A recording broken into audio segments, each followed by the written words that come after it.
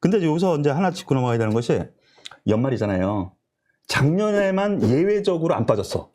연말에. 왜 그러냐? 대주주 요건. 그것 때문에 코스닥 박살나, 한 달 동안은 박살나잖아요. 매년 그랬잖아. 근데 지금 이제 11월 말로 접어든단 말이죠. 그래서 12월 중순까지는 코스닥이라든가 이 개별주들 뭐 좀 많이 하락하고 그러는데 연말 장세 내년 연초까지는 어떨 것 같아요?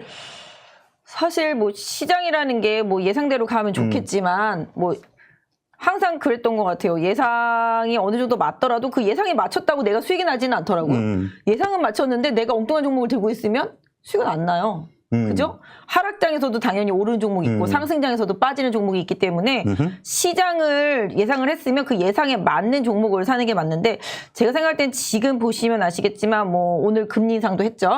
그다음에 뭐 미국도 지금 테이퍼링 속도 내고 그다음에 원래는 내년에 이제 연말쯤에 뭐 금리 올린다. 그리고 내후년에 뭐 2번 올린다. 그랬었는데 이게 점점 앞으로 당겨지고 있잖아요. 그런데다가 어저께 뭐 미국 같은 경우 이제 실업수당 청구 건수를 보면 이게 또 고용지표가 좋아진단 말이에요. 근데 파월이 항상 하는 얘기가 있었어요.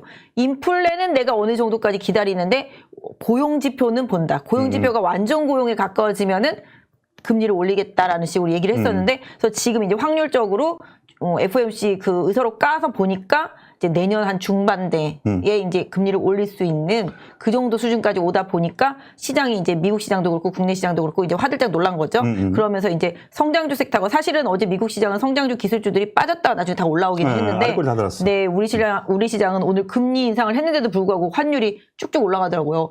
사실은 좀 미국보다 지금 뭐 물론 미국보다 빠른 건 아니지만 금리가 이제 0%대 있다가 이제 1%가 된 건데 금리를 올렸으면 사실은 원화 가치가 상승을 하면서 환율이 조금 떨어져 주면서 받쳐줘야 되는데 지금 오늘도 오르더라고 보니까. 그 부분은 제가 여기서 자르고 설명을 드릴게요. 네. 내가 그거는 이제 우리 방송에서 제가 몇 번을 말씀을 드렸었는데 요거는 환율 조작인 것 같아요. 내가 생각에. 금리 인상, 그래서 지금은 지난주부터 증시랑 환율이랑 거꾸로 놀았잖아요. 장중 동향을 보더라도 거꾸로 놀았는데 지난주부터 달라졌어. 왜 그러느냐? 내가 생각엔 이래. 미국이 지금 제일 골치 아픈 게 인플레이션이잖아요. 그렇죠. 그 막을 수 있는 방법에 제일 좋은 게 뭐예요? 수입하는 원재료 가격을 다운시키는 거야. 달러 강세라는 거잖아요. 그렇지. 달러 강세를 인위적으로 하는 거. 그래서 내가 우리 방송에서 그 얘기를 한 2번 특집으로 해가지고 얘기를 한 적이 있어요. 환율 조작국, 누가 환율 조작국인데 환율 관찰 대상국, 우리나라 환찰 대상국이라고, 중국이 환율 조작국이라고, 미국이 지금 하고 있는 게 환율 조작이야. 이런 얘기를 했거든요. 네네. 그래서 환율 올라가는 거에 대한 부담은 그렇게 지금은 안 가져도 될 것 같아요.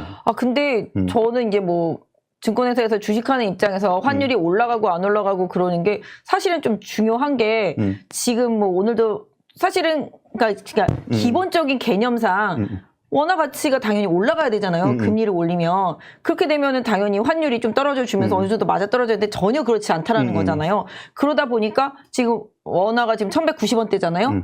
그러다 보니 우리나라 입장에서는 내수주가 지금 다 완전히 초전 박살이 나 있잖아요. 뭔가 수입해서 팔아야 되고 그다음에 원화 가치가 지금 떨어져 있으니 구매력이 떨어지고 그러다 보니까 지금 요새 항공주들도 뭐 리스비가 올라가니까 주가는 또 떨어져 있고 코로나는 뭐 4,000명대가 넘어서다 보니 뭐 소비주들 다 작살나 있고 뭐 다 그렇잖아요 지금.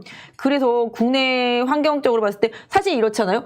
예전에 좀 이럴 때 있었어요. 환율이 높으면 와 수출주들 막 이럴 때잖아요. 지금 전혀 그렇지가 않잖아요. 지금 뭐 원자재 인플레이션도 그렇고 뭐 지금 뭐 배를 못 구해서 물류비가 엄청난가 봐요. 그 물류비가 지금 사실은 지금 3분기에 완전 높았고 4분기에 지금 좀 떨어지고 있는 상태이긴 한데 최근에 기업들이 실적 발표할 때 보면 거기에 대부분의 비용에서 물류비가 어마어마하게 나와서 영업이익을 다 갉아먹었더라고요 보니까. 그래서 이런 부분들이 좀 떨어져 줘야 되는데 뭐 물론 지금 조금씩 떨어져 주고 있기는 해요. 한 달째 떨어지고 있어서 나름대로. 네, 조금씩 떨어져 주고 있기는 한데 일단 기업들이 좀 실적을 내기 위해서는 아까 말씀드렸던 대로 우리나라 같은 경우는 뭐 원자재를 다 수입해서 만들고 수출하고 이렇게 되는 건데 지금 재료비가 너무 많이 드는 꼴인 그렇죠. 거잖아요. 그런데다 또 수입해가지고 뭔가 만들어서 팔아야 되는 내수주들 같은 경우는 수입도 원가가 많이 들어가니까 또 영업이익이 떨어지고 그걸 또 제품 가격에 전가시키기가 또 사실 쉽지 않은 부분도 일부분 있다 보니 이런 모든 부분들 때문에 지금 국내 제조업이라는 기반으로 움직이는 것들은 안 된다. 그래서 비제조업, 그래서 게임이나 콘텐츠나 엔터나 뭐 NFT든 뭐든 이런 것들이 움직이는 거잖아요. 제조업이 아닌 원가 부담이 없는 인플레에 연동을 안 하는 그런 기업들 중심으로 지금 시장이 구성되어 있는 부분인 거잖아요. 그래서 이런 부분들이 이런 현상을 계속 갖고 가게 만드는 현상은 아까 말씀드린 대로 연말까지 일정 부분 좀 더 이어질 수는 있을 것 같아요. 하지만 개인적으로 봤을 때 12월에 접어들면 항상 뭐 물론 대주주 양도세 요건 때문에 예전에는 바이오가 많이 빠졌는데 지금은 너무 아작이 나서 세금을 안 내도 될 것 같아요. 바이오는. 그리고 최근에 좀 급진적으로 많이 올랐던 종목들 이런 종목들 같은 경우랑 뭐 올해 내내 올랐던 종목들 같은 경우는 양도세 이슈에서 조금 자유롭지 못하기 때문에 매물이 조금 나올 수 있고 그런 부분들은 장중에라든지 뭐 1편 좀 영향을 줄 수 있기는 할 것 같고요. 다만 이제 지금은 어떤 면에서 보면 유동성 장세였었고 뭐 연말을 지나면서 내년으로 가면 이제 실적 장세라고 다들 얘기를 하고 저도 그 실적이 중요하고 자산 가치가 있는 그런 기업들 쪽이 좀 선호될 거라고 생각을 해요. 그렇긴 한데 일단 연말로 가면은 요새 그런 거 못 느끼세요? 대형주들이 저점에서 툭 올라오는 느낌? 이런 부분들도 사실은 뭐 배당이랑도 좀 관련이 있고요. 그다음에 워낙 납부과대에 따라서 많이 빠져 있었던 종목들인데 호재가 나오면서 쇼커버가 싹싹 들어오면서 최근에 보시면 뭐 NC소프트 그다음에 뭐 셀트리온도 한 번씩 쭉쭉 올라올 때가 있었잖아요. 그런 것도 뭐 쇼커버도 상당히 좀 강하게 개입이 된 부분들이 좀 많이 있었고 LG노텍 뭐 장난 아니잖아요. 최근에 뭐 메타버스 IT 거의 대장주 흐름을 보여주고 있듯이. 네, 그래서 메타버스나 NFT 뭐 이런 부분들도 소프트웨어적인 부분에서 하드웨어적인 부분들 쪽으로 계속 이동을 하고 있잖아요. 그래서 최근에 뭐 반도체나 디스플레이나 뭐 그런 부분들 뭐 하다못해 5G도 그냥 메타버스에다 갖다 붙여가지고 이제 오르는 건데 이런 환경적인 부분들을 만들어주는 이제 IT 섹터 쪽들 이런 쪽들도 지금 뭐 오늘 하고 어제 좀 빠졌나요? 그렇잖아요. 어제 오늘. 네, 근데 결국은 뭐 이 종목들도 코로나가 좀씩 지나면서 뭐 실적에 대한 개선 이런 부분들은 분명히 나중에 주가에서 좀 답을 줄 거라고 생각하고 있어요. 그래서 12월 달은 뭐 개인적으로는 좀 두 가지 전략, 뭐 낙폭과대 대형주하고 그다음에 이제 주도주 단에서는 그래도 기관의 이제 수급에 응집력이 있는 종목들, 시세를 계속 내돈 종목들 이런 쪽들 안에서는 계속 트레이딩 대응은 계속 좀 될 수 있을 거라고 보이고 있어요. 그래서 결론적으로 현금을 좀 만들어놔야 될까요?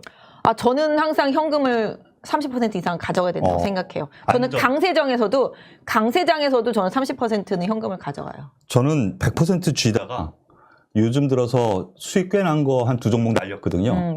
저희 같은 경우 2-3 종목 날리고 조금 조심하려고 하는데 역시 이런 장이 나오더라고요. 근데 여기에서 좀 저는 생각하는 게 조금 아까 대형주 툭툭 올라온다라는 거 있잖아요. 그들 종목들은 어떤 종목이냐? 연초 대비 많이 빠졌던 종목이 대부분이잖아요. 그렇죠. 그러니까 대주주 요건에서 물려 있어서 아무런 제약이 없는 종목들이야. 근데 지금 걱정하는 것 중에 하나가 뭐냐면은 제가 여기서 얘기하고 싶은 것이 최근 들어서 급등해가지고 3답을 4답을 난 거는 그렇죠. 3억 샀는데 이게 12억이 됐네? 그렇죠. 걸려야지. 걸리죠. 당연히 걸리니까 이거 세금으로 30%인가요? 20%. 20%? 20% 때려 맞아야 된다고. 가만있어 봐. 지금 13억 원이니까 4억 버리고 9억만 들고 가자. 이런 물량이라도 나오지 않을까? 나오죠. 코스닥 개별주 같은 경우에. 당연히 나오죠. 예, 그런 의미에서 좀 변동성 장세가 제가 예언을 했어요. 분석상 12월 18일까지는 이렇게 급등한 종목들이 언제 튕겨 맞을지 모른다. 맞아요. 갑자기 나오는 종목들도 많이 있어요. 예. 근데 항상 12월 18일이나 20일 전후해가지고 버릴 놈들은 다, 죄송합니다. 예. 맞아요. 예, 버릴 놈들은 다 버렸기 때문에. 맞아요. 막판에 와서 뭐 27일날 막 파는 사람은 별로 흔하지는 않아요. 예. 그래서 그 전에 저점 찍고 올리더라고요. 그래서 지금은 완급 조절, 오늘이 딱 그런 것 같아. 완급 조절을 종목별로 좀 하고 말씀하신 것처럼 대형주 단위나 많이 빠졌던 종목들이 순환매라도 이제 그 저점 아니겠어? 그래서 툭툭 기관에서라도 또 큰 자금들도 툭툭 매수 들어오는 것들. 연기금이 요새 조금씩 그런 행동들을 조금씩 하더라고요. 그렇죠. 대형주에서. 네. 예. 뭐 그래서 그렇지 않나 저도 약간 예, 좀 한 발 뒤져봤습니다. 숟가락 한 점. 여러분들께. 뭐 그런 부분들 맞아요. 그래서 항상 예. 그 있잖아요. 저희가 항상 생각하는 룰들이 있잖아요. 한 12월 중반 때까지는 그러다가 그 이후부터는 다시 또 이제 막 가파르게 다시 되사 놓는 수량이 들어오면서 막판에 또 막 쫙 들어오거든요. 그리고 대선 있잖아요, 내년에. 대선도 있고. 연초 장세 여러분들 기대하셔도 되지 않을까요? 항상 좋았던 것 같아요. 1월 달은. 그래서 아까 그동안 좀 까먹으셨어도요. 좀 힘 좀 내시고요. 충분히 하실 수 있어요. 그죠? 아니, 이거는 우리 경험이에요. 맞아요. 우리 경험이에요. 저도 엄청나게 흥한 적도 있었고요. 엄청나게 까먹은 적도 있었는데, 제자리를 찾는 과정이 항상 못 견디고 힘들어서 그렇지, 여러분들 하실 수 있어요. 그리고 다만, 배우고 공부하면서 그 과정을 또 배우고 나가면은요, 트레이딩도 이제 가능하잖아요. 그럼 여기서 먹고, 여기서 던지고, 이런 것도 가능하니까, 공부도. 코로나 때 그런 분들 많이 봤기 때문에, 가능하다고 봐요. 제 손님 중에 코로나 때 신용 같은 거 많이 쓰셔가지고 정말 저 바닥까지 가셨던 분이 있었거든요. 그래서 그 이전에 사서? 그쵸. 코로나 이전에 사서 신용? 일지 머티리얼즈를 계속 들고 있었었는데 신용까지 막 해가지고 잔뜩 갖고 있었던 거지. 그래가지고서 한 40% 빠졌겠네. 원금에 많이 날라갔어요. 정말 원금에서 거의 한 20%밖에 안 남았었던 것 같아요. 완전히 그때 막 반대매매 막 계속 나가니까. 그래서 그 사모님이 막 울면서 막 병원 치료도 받고 막 이러셨었는데 지금은 그 신용물량 뭐 털린 것도 물론 있지만 신용을 계속 끝까지 쥐고 있다 보니까 일진머티리얼즈가 엄청 올라와가지고 손해나고 다 찾고도 엄청나게 수익 더 많이 났어요. 지금 뭐 이런 경우가 뭐 매번 있는 건 아니지만 맞아요. 매번 있는 건 아니지만 정상적이 아니라 시장 상황 때문에 내 주식이 정상이었던 종목인데 시장 상황 때문에 비정상이 됐던 종목들은 다시 또 금방 정상으로 회복이 되거든요. 여기에서 제가 정리를 좀 하자면은요. 여러분들께서 그리고 이제 우리 지니 박진희님이나 저 같은 이제 전문가들이 이 종목은 믿을만 하다라고 확신이 드는 종목. 이런 거는 견디고 오히려 어디가 저점일까? 더 살 자리일까? 기대서 더 사가면은 오히려 다른 종목에서 이렇게 하는 것보다 더 수익이 날 수도 있는, 그래서 여러분들 계좌도 좀 불릴 수 있는 계기가 되지 않을까라는 생각이 돼요. 사실 뭐 이렇게 좀 시장 상황 때문에 우량주들이 빠졌을 때는 항상 좀 기였던 것 같아요. 이게 좀 10년 주기로 오잖아요. 10년 맞아요. 주기로. 10년. 특히 제약주. 그것도 10년에 한 번. 그것도 그렇고 시장이 한번 폭락하고 대박이 나는 타이밍이 항상 10년마다 오거든요. 이번에 왔으니까 또 10년 기다려야 되네요. 대박이 날려면. 근데 1년 올랐으니까 한 번쯤 파동 더 나오지 않을까요? 뭐 아무튼 뭐 저는 이제는 지금 올해 죽쓰고 올해 안 좋았던 종목들이 내년에는 조금 좋을 수도 있을 거라고 보거든요. 내 생각도. 예. 항상 주시장은요, 돌고 돌아요. 순환매라는 게 있는 거거든요. 너무 비싸면 떨어지는 거고요. 이 회사 별로 이렇게 그동안 수익 못 냈는데도 계속 떨어지면은 가격 싸다라는 인식이 있어서 또 사들어가요. 그래서 어느 정도는 이 순환매를 이용한 매매도 좀 필요하지 않은가 싶은데, 주제 넘어가 보죠. 네네.